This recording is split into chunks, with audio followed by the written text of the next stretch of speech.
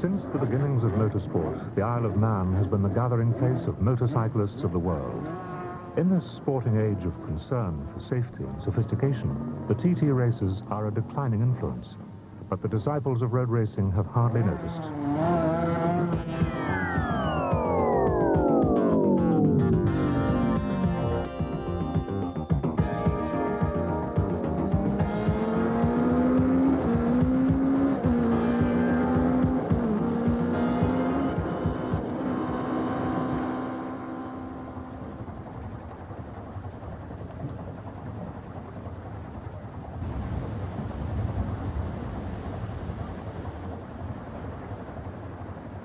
The wheel was a prominent symbol on the Isle of Man long before the TT, when the lead mines were the island's test of endurance for man and machine.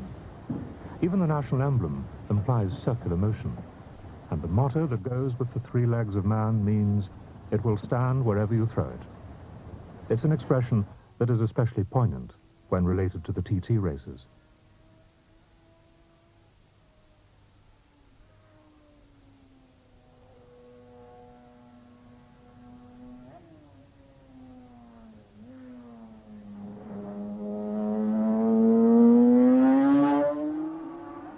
No other racing event can boast a setting more breathtaking, but the TT mountain course has a beauty that disguises a beastly statistic.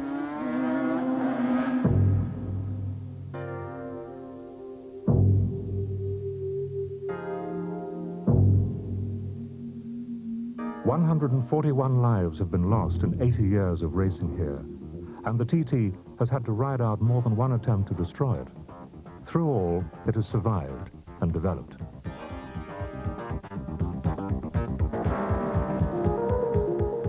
For 10 years now, the island has been spurned by the Grand Prix set, a high-earning professional. But the curb-clipping specialist and the amateur enthusiast still revere the place. If safety heads your list of priorities, you don't go near the island. If you're excited by risk and old-fashioned challenges, the TT offers plenty of both. And here, the march of technology accelerates rather than diminishes the degree of the challenge.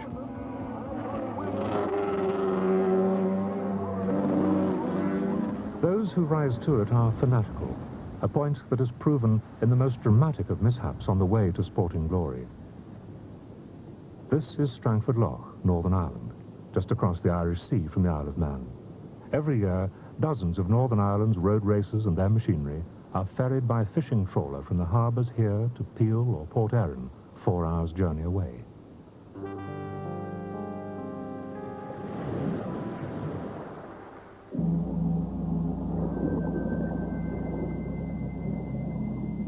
Two years ago, the Tornamona didn't make it. She was carrying the machinery of some of Northern Ireland's top riders. Also aboard, Joey Dunlop and his road racing brother. We were down below in the cabin, and Joey was cooking lamb chops or something. And I think I just had a bite of one whenever the boat hit the rocks and the pan went flying and the dishes and everything went flying. We had a bit of an argument just before it because one wanted salt on it and the rest, someone didn't want salt. And someone said in the rubber didn't get enough salt on them now.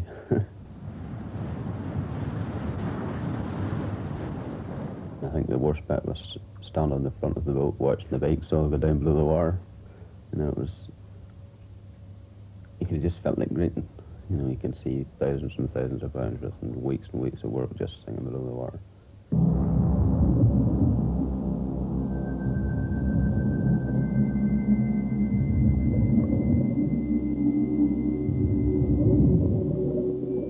got some up, but mine was left for another 48 hours. All my friends and mechanics at home worked night and day, really, all through the night, working on it, about half a dozen different people.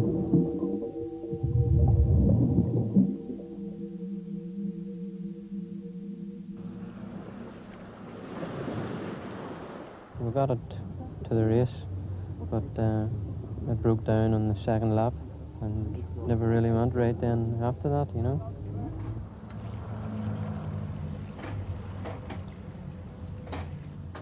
We had to strip every nut and bolt off, and we soaked them in diesel oil, then took them out of the diesel oil, washed them in petrol, and started to reassemble the whole thing from scratch again. I took my 250 then on the Wednesday on another fishing boat back to the Isle of Man, and broke down the third lap. Footrest fell off, along with the gear change linkings. To miss a TT never entered my mind. I love the TT, and it would take more than that to keep me from the TT.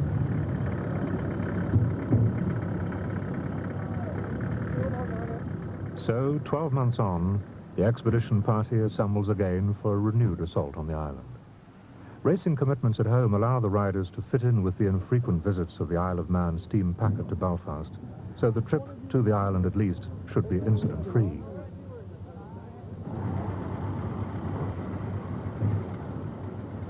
Record entries have been received this year, 18% up on the previous best. Some classes are oversubscribed. Some riders won't get beyond qualifying. 10 years on from the loss of its World Championship Grand Prix status, the revival of the TT appears complete.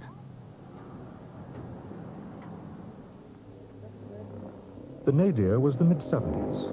The great Italian Giacomo Agostini, who won 9 times from 10 starts between this race in 1968 and 1972, then led a walkout by the top Continental Grand Prix stars. They were increasingly dissatisfied with both the safety standards and the money they were getting at the TT. Their boycott had far-reaching consequences. After the 1976 races, the Isle of Man was struck off the World Championship calendar.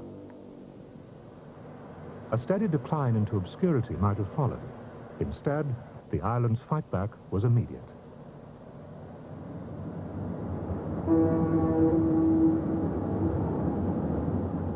When they came to rest, the 3 legs of man were not in a tangle. They stood firm and resolute.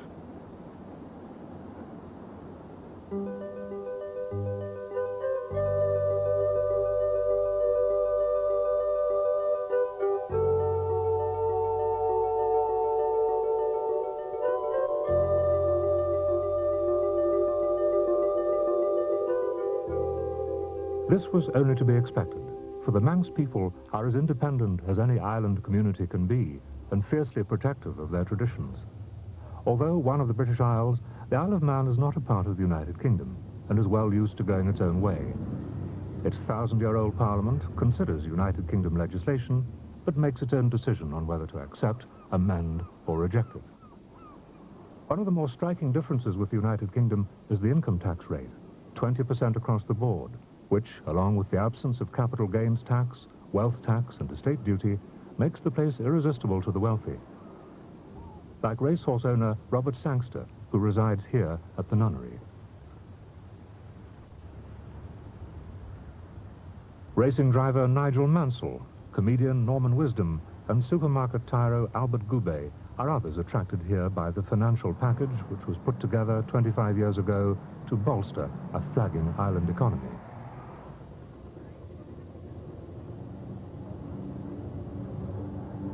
When the TT, an important part of the tourist industry, looked doomed 10 years ago, a similar style recovery plan was hatched, with the government playing an integral part. I don't think the Manx government have ever wavered from support of the TT, and the large financial commitment carries on year in, year out without serious question. A large amount of income is generated in the retail sector during the TT period, certainly, and this usually sets the tone for the whole season. So the government vastly increased its financial commitment to the races. Nearly £250,000 went into the 1978 event, a boost that was immediately successful in luring Mike Halewood, the TT's greatest champion, out of retirement. For their part, the organisers, the Auto Cycle Union of Britain, created their own World Championship, just for the Isle of Man. Known as Formula Racing, it emphasised production-based machinery. And of course, that opened the way for a new crop of champions for the road racing fans to look up to. One of the very few surviving events from the infant days of motorsport had been preserved. It had all begun in 1904, when Tynwald, Manx Parliament, agreed to close roads for speed events conducted by the Automobile Club of Great Britain. Westminster forbade such events on British roads. Amendments were readily added to the original Road Closure Act in the years that followed to safeguard what rapidly became one of the world's premier speed tests. Initially, the event was for cars. Motorcycles were added in 1907. The emphasis from the start was on long-distance trials designed to develop touring vehicles for the general public. That's where the TT came from, tourist trophy.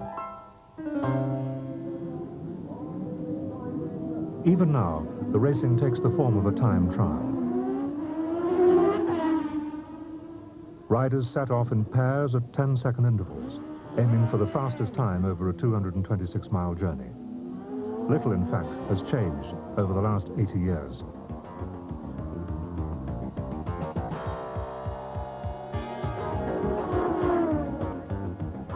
The 37-mile mountain course, first used in 1911, underwent some alterations in 1920 and remains the course they either love or loathe today.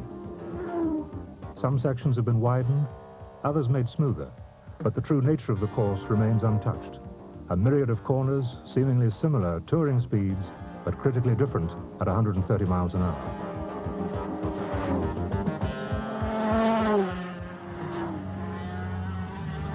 Miles of straight road to tax the most modern of equipment to the limit. And everywhere, roadside hazards.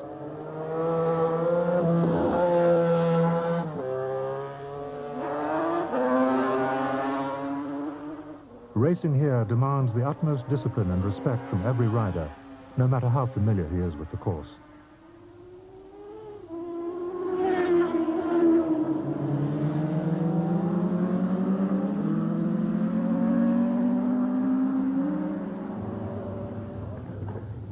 Joey Dunlop is the current king of the roads.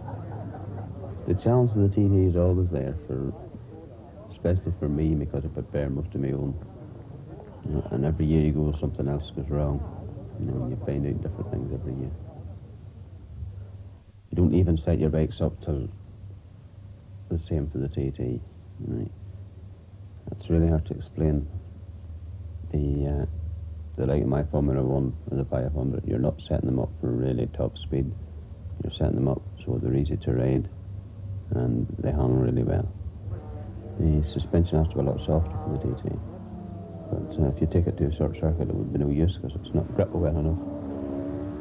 There's no really around the TT8 you really scratching the way you do in a short circuit. So you try and equalise between the short circuit and the road. You must be as comfortable as you can. You know, you have 6 laps at 37 1/4 mile. It's not like an 8-lap race around the northwest or around a short circuit. The exhaust system's all changed and carburetion's all changed. It leaves the fire a lot lower, it's not as piggy. My Formula 1 maybe be cut down 10-15 mile an hour from it would be at the northwest. But it's to leave it a lot easier to ride and a lot safer to ride.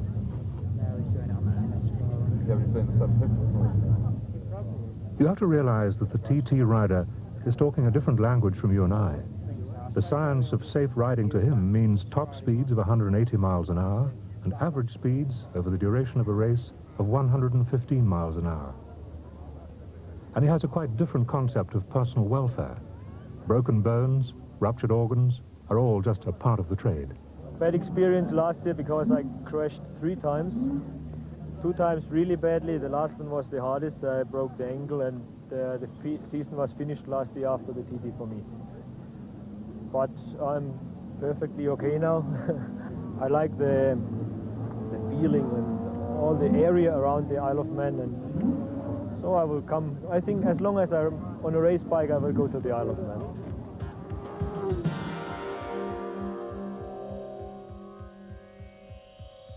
The greatest worry that any TT rider has is not the circuit, but mechanical failure.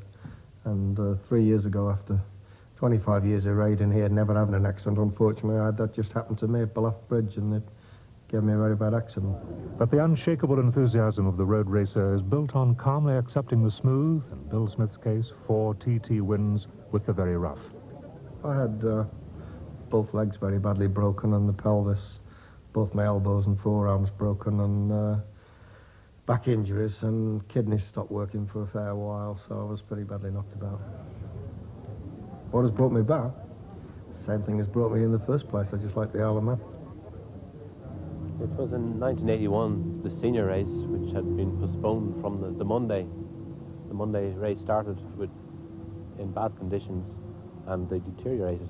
And on the third lap, they stopped the race. I had actually, in fact, broken down and decided that was it. My race was run, and I had an opportunity then to get the machine ready for the next day. So we quickly revamped the machine and got it running again, and I participated on the Tuesday, the following day. And again, it was still pretty damp in spots here and there. And it was up through this section of the course here at Glen Helen, just coming through Laurel Bank. I had passed out some other upfield riders, Graham McGregor and Con Law, another Irish rider, when the bike slipped away on Laurel Bank, a right-handed turn.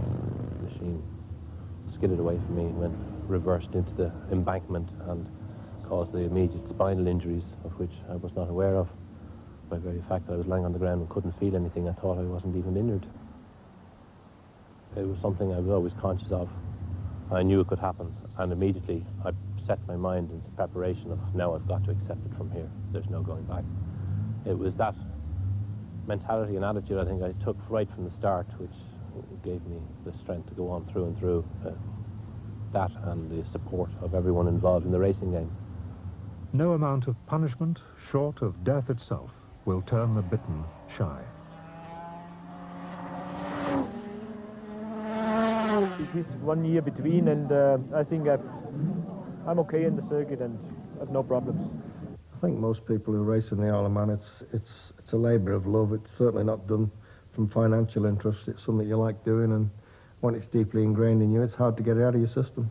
The TT is a mecca for all of us, particularly the Irish riders, and I have received great support from all the Irish racing people and people on the Isle of Man who have encouraged me to come back and made it easy for me with passage for my car and such things, and making facilities available.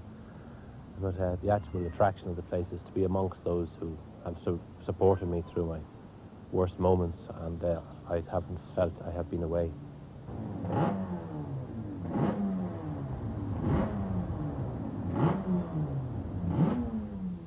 The magnetic grip of the TT not only overpowers the competitors. Leonard and Mavis Newton from Nottinghamshire have been marshalling at the TT in the Manx Grand Prix for the last 30 years. Good morning. We're calling to collect our warrants for the races. Just a moment, please. Their daughter used to come with them, and their grandson, Joan Scott, is attending for the 16th year. There we are, everything you need. They're given the powers of special police constables at their chosen marshalling point, Carramore. I'd always been interested in the sport. My father rode motorcycles before me, so as a family we came over and we started to go from there. I've only missed one practice in all that time, and that was I did overlay one morning, but that is the only, I think once in that length of time I can justifiably be excused. Long before I ever came to the island, I used to listen to Graham Walker giving the commentaries on the TT races. I used to wish I was here. I've been coming since I was about 18 months old, and I've always watched from Carramore. We've covered the whole course at various points, not every one, but we've been round the course at various vantage points, and we finally settled at Carramore. It's a very quick corner, but it is dangerous.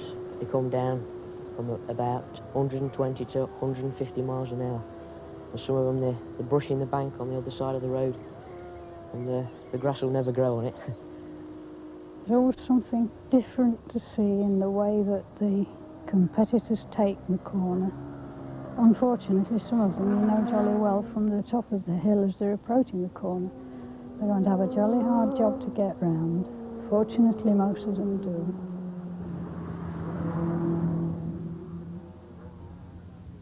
It's not uncommon for TT pilgrims to make one section of the track their annual vantage point to the exclusion of all others. For some, it even becomes their tomb. Osmond Samuel Scott's ashes are scattered at the bleak Keppel Gate. It's not the first time. A New Zealand rider a number of years ago also requested the same thing, and his wishes were granted. I had a call from Osmond's solicitors and asking could it be arranged, and I got in touch with the authorities and the Reverend Terry Isherwood and the undertakers, and it was carried out. Osmond rode in the TT in 6 races between, I think, 52 and 56, finished in 3, retired in 3 now. Why he chose this particular spot, I don't honestly know. He could have retired here, or maybe it was his favourite corner, but he obviously loved the place, and we were just very pleased that we could ensure that his last wishes were carried out for a former rider.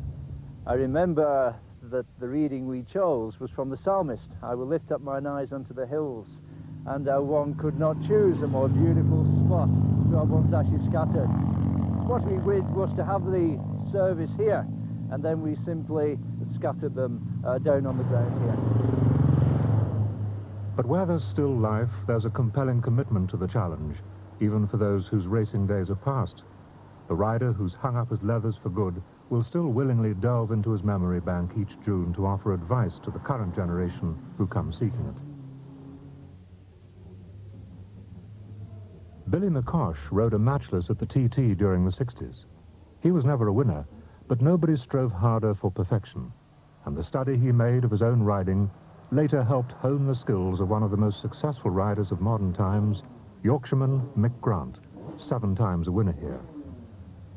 Now in retirement himself, Grant is passing on what he knows to newcomer Neil Robinson, who hails from McCosh's hometown of Ballymena in County Antrim. The wheel of knowledge has turned a complete revolution. I've never been really natural at learning circuits. I've always found it very hard work. Someone like Billy McCosh, I've learnt more from Billy over the years. And it's not always that Billy's always right. It's that you've got someone there that's constructive you can talk about. I mean, we've been around corners around here, and I thought, crikey, he's dead on his right, and I've missed the obvious. And by the same token, we go to another set of corners, and Billy's totally wrong. Sarah's Cottage in particular is very important because it's followed by 3 or 4 right and left hand corners, and you're climbing at the same time. It so happened we were driving around one day and Mick explained this particular part at Sarah's Cottage, and I thought it was wrong. In motorcycle racing you talk about peeling off and so on. You peel off into a corner that you can't actually see, and I think what Mick was doing, he was waiting until he could see the corner, which by that time was too late. Now, unless you get that absolutely right and be absolutely on the right line, you probably lose a few seconds at the end of the straight. Once we talked about it and discussed it, he tried it, he said it put 10 miles an hour on him. Mike and I have been fairly friendly the last few years, and he's just told me, you know, a far better line than the one that I had previous, because I was using up all the road, you know, trying to get around the turn as fast as I could, but, you know, it's the sort of place that you don't have to use all the road, and he pointed that out to me, and whenever I seen it was obvious that it was true. I couldn't sort of nursemaid someone and take them around every bit of corner, show them exactly where to be everywhere. But I think once they've got the gist of the idea of how to do it, I mean, for example, I tried to stress to Neil that if he's in bother on a particular corner, don't bother looking at that corner for the bother. The problem's 3 corners further back. And although it sounds logical, it's so obvious you don't spot it. And now he understands that. It's really up to him to go out and do it. But you need that basic knowledge first. It took me 10 years to find that out. I think it's really good, you know, people like that there getting involved and helping people around, you know, it's fantastic really. Because otherwise I'd be fairly well lost.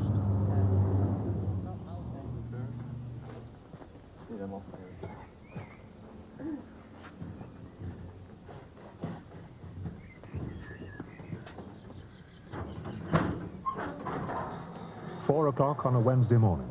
and Neil Robinson is preparing to put what he hopes he's learnt into practice.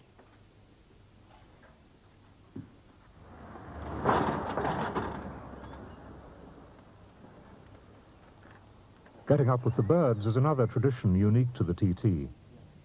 The island's residents use the same roads to go about their daily business, so closures are arranged to cause a minimum of inconvenience.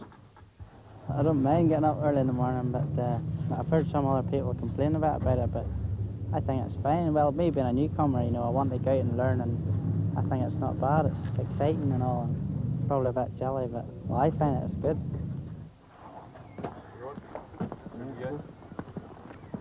This is not to be one of his more productive sessions, however. The chain comes off his Suzuki on the first lap, and he's left stranded out on the circuit, watching his rivals go by.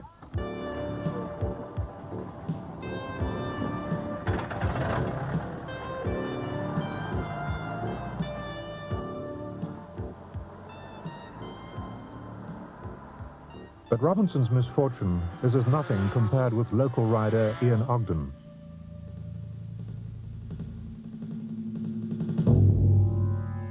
At the top of the Cronkavodi Strait, he and another rider touch in an overtaking maneuver. There is no runoff area. There are no protective bales.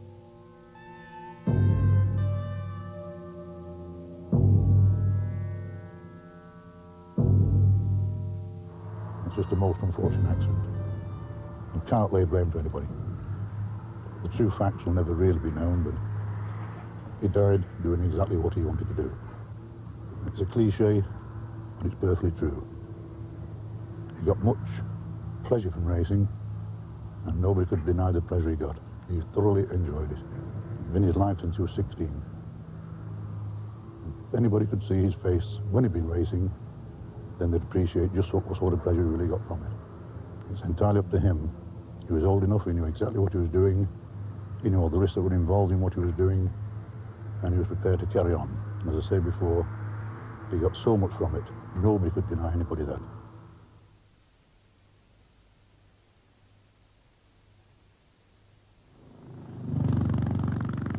There will be one more death this week. A sidecar passenger is killed when his machine careers into this wall.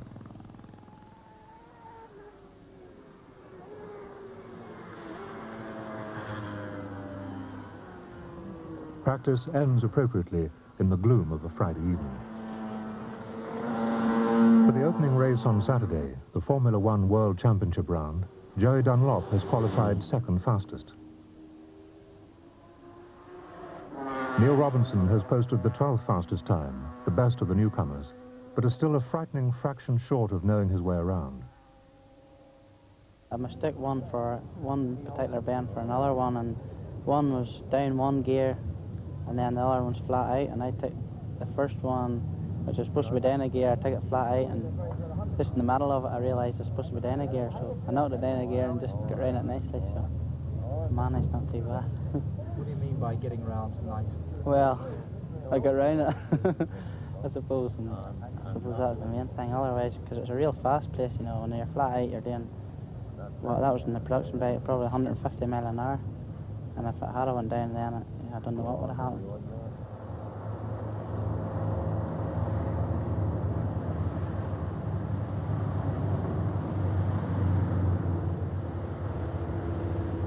Saturday morning. On the mountain, you couldn't judge a sheep trial, let alone a series of high-speed bends. Down in Douglas, preparations for racing go on. But if conditions don't improve, a postponement is inevitable.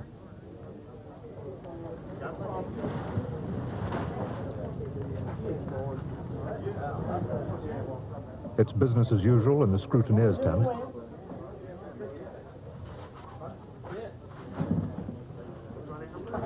And in the other tent.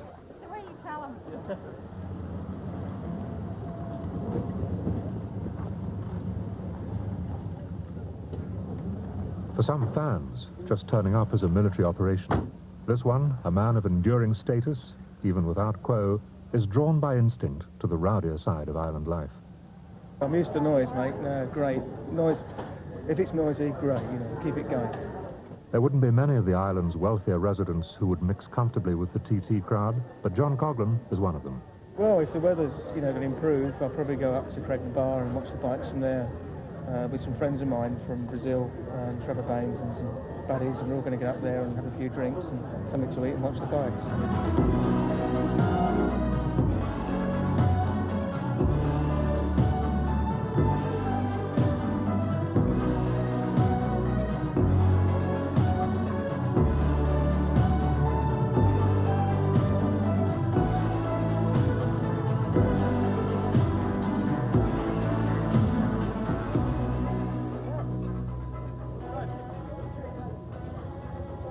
Set in on the jury meeting at 2:20, and then they said they'd make another decision at 3:30, so I went round in the car with them, and the mist has got worse on the mountain. There must be 8 miles where visibility is down to 20 metres, and in my mind there's no decision to be made. It's just logical to stop the event, because anybody crashes up there, you can't see anything, the helicopter can't land, so in safety point of view it's got to be stopped.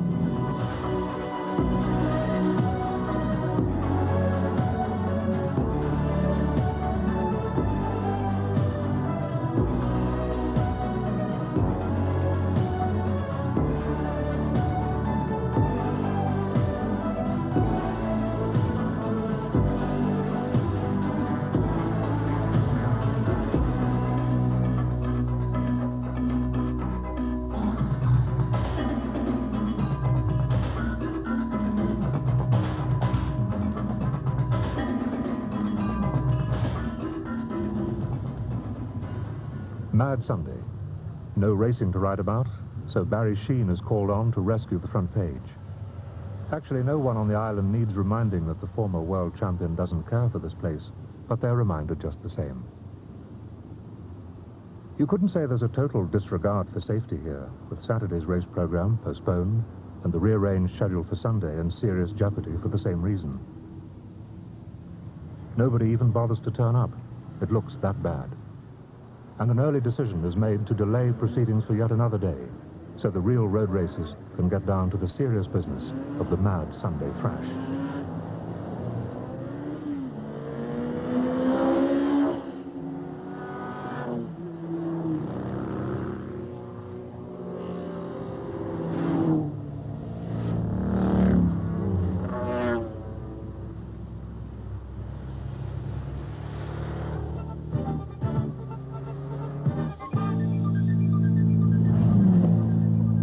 A TT fan dies and 3 are injured in motorcycle accidents. There's an appeal. It can be a costly day out, though the Manx Constabulary do their best to keep life, limb and motorcycle intact for as long as the odds allow.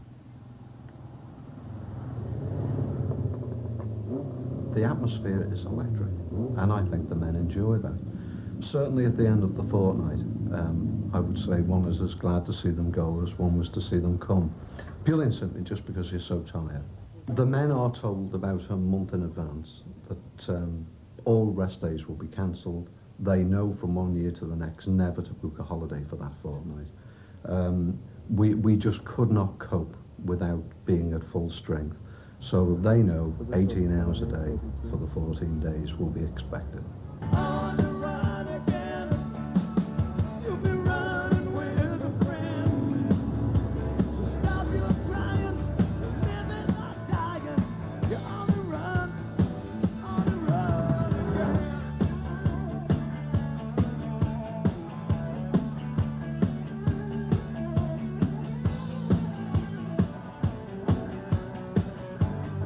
From Switzerland, did 1,000 miles to come here, but until now seems we just done it for the rain.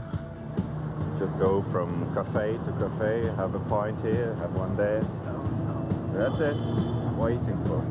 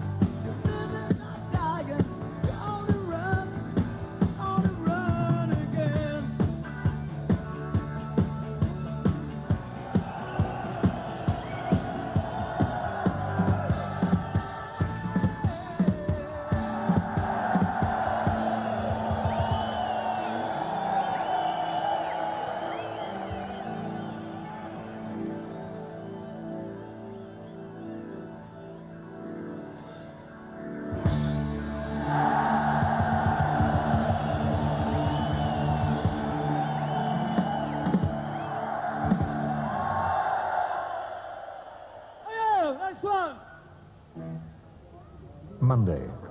A sense of purpose returns to the race paddock at last. Roger Marshall arrives as a passenger with his own story to tell about the vigilance of the Manx police.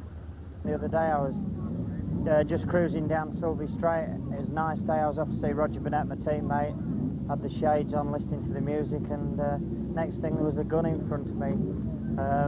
And he pulled me up, and I was doing 85 mile an hour in a 30. So they took me to court yesterday and fined me £85 and banned me for a month. But he will still be one of Joey Dunlop's major rivals today. The ban applies only on the open road. Yorkshireman Jeff Johnson, the fastest qualifier, will also bear consideration. But the current Formula One Championship leader, Anders Andersson from Sweden, isn't as happy as he looks. He prefers the short circuits, and on his first visit here, he's off the pace. 1 or 2 championship points are all he's hoping for now. Road conditions are still not ideal, but they're improving all the time.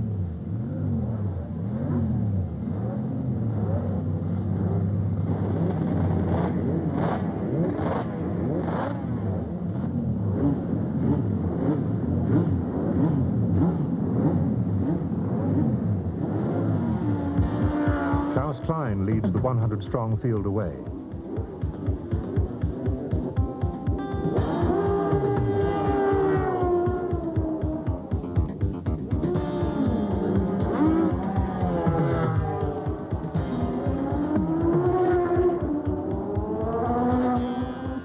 Bill Smith sets off in search of his 50th replica trophy on bike 77, but his old injuries make him pull up on the first lap. Dunlop leads after lap 1, but he's not happy with the rear tyre. Andy McGladdery comes through in second place. Dunlop changes his rear tyre and refuels in just 26 seconds at the end of the second lap, and is still alone in the lead.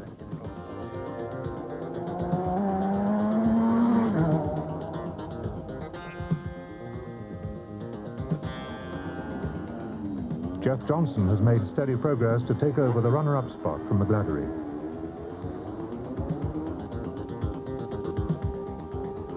Neil Robinson is building on his practice form and will be the first newcomer home.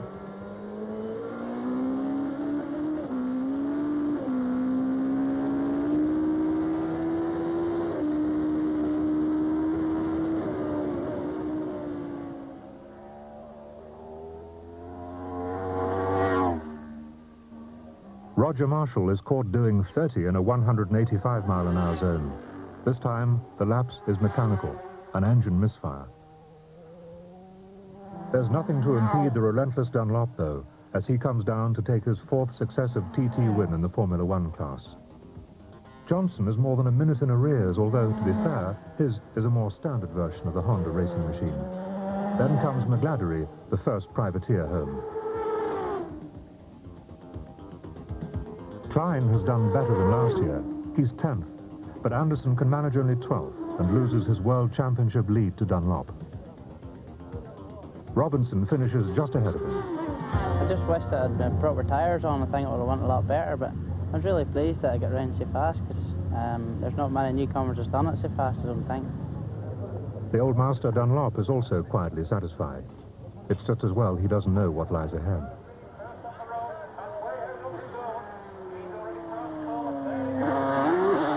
Tuesday, and another Northern Ireland rider is outclassing the field in the Formula 2. This time it's Brian Reid. But 2 of his Irish rivals are not so fortunate. Gene McDonnell on bike 15 will lose his life here at Ballaugh Bridge in a horrifying crash tomorrow, while number 14, Robert Dunlop's accident, is only a lap away. Number 28, Ian Newton. Silverstone, it says on his leathers, for his Armstrong ride later to come. Number 21, Chris Faulkner, is behind him. All these are Grand Prix refugees, but no sign of number 14, Robert Dunlop, who should have been 4th on the road behind Laycock. He has not yet reached Ballaugh. Robert Dunlop has overdone it 3 miles down the road from Ballaugh. He's flown to hospital with internal injuries. His condition is critical.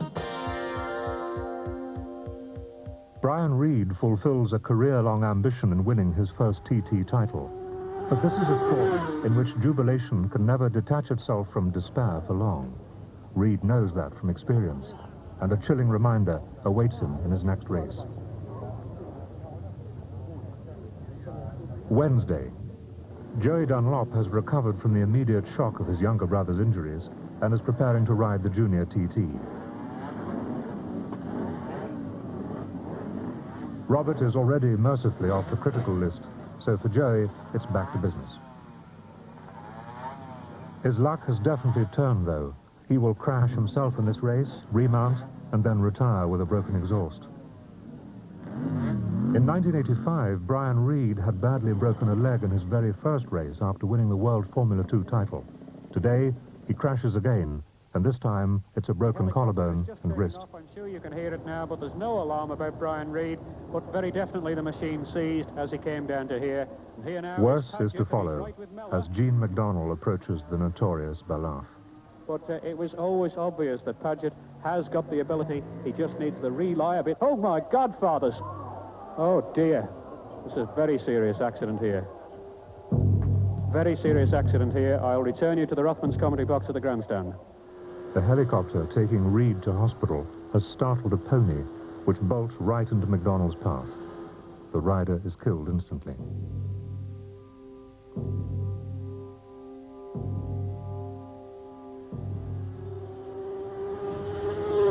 It's a bitter paradox that this tragedy should be the springboard for yet another Ulsterman to win a TT title this week. Looks very much like him. It's Steve Cull, and the Irish dominance of the TT continues. Well, we say that, but we still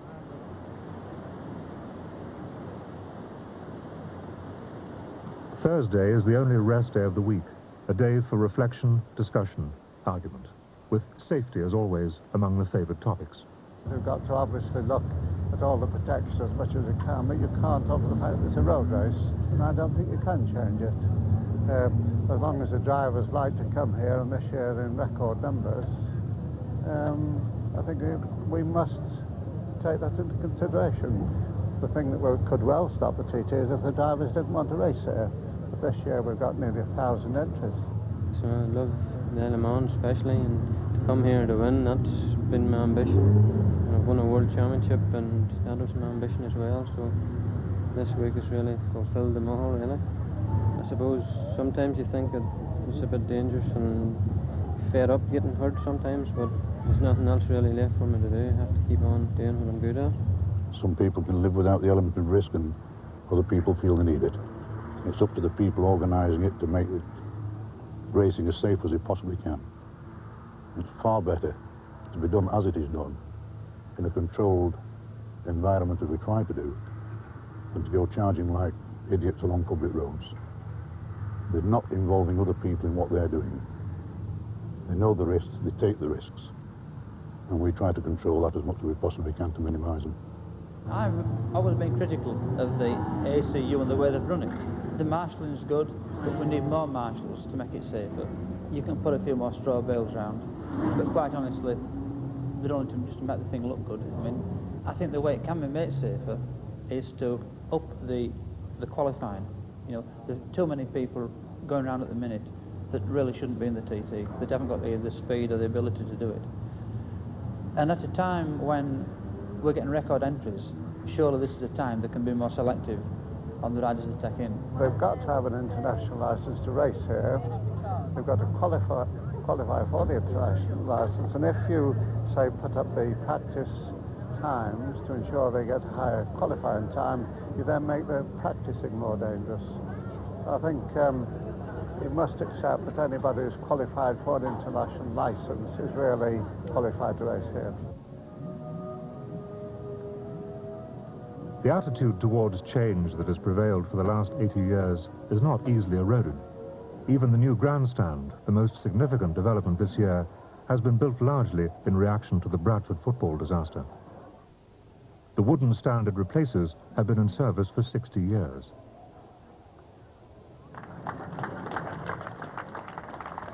The official opening, in the presence of His Royal Highness the Duke of Kent, takes place just before the last race of the week, Friday's senior TT. Naturally, the men and machines of yesteryear are not forgotten. and Friday is their day too. The classic parade is not a race, but it's hard to keep old habits in check.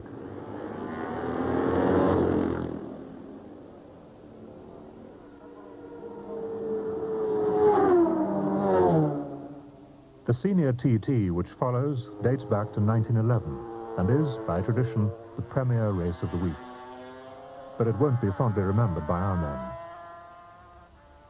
A broken damper bolt delays Dunlop for 2 minutes and leaves him back in 4th place at the finish. While repairs are effected, Neil Robinson disappears altogether. There's also another fatal accident. In all, 4 riders are killed this fortnight, one of the blackest records in the TT's checkered history.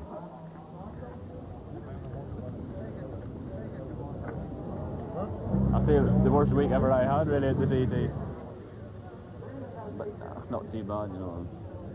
I had that good a year last year. I had to have a bad year short, and I think that's it. You know, I've won the Formula 1 right now, which is a good thing. But I fell off and everything has happened. I'm glad now that it's all over. I'm back next year for a new start. Then the gear lever off. You didn't whack it on the ground or anything? No, just both changing gear. Today, I was sort of disappointed a bit with not getting finished. It would have been nice just to have 2 finishes, but it hasn't been bad, you know, overall. Is it your favourite course already, or what? Not one of my favourite now, but I'm getting to like it more every lap I do. It's, you know, the more you get to know the place, the better it gets. Neil Robinson won't be back this year. A road racing accident claimed his life 3 months after his first TT experience.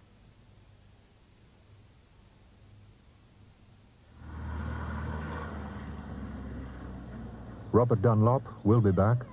His bizarre worship of the sport that nearly killed him is the sort of spirit that will keep the TT going long beyond its 80th anniversary. There is a lot of suffering, hardship, and financial problems, but when you win a race, it all seems worthwhile. I would never give up the TT or road racing. I just love the sport, and it's very hard to kick.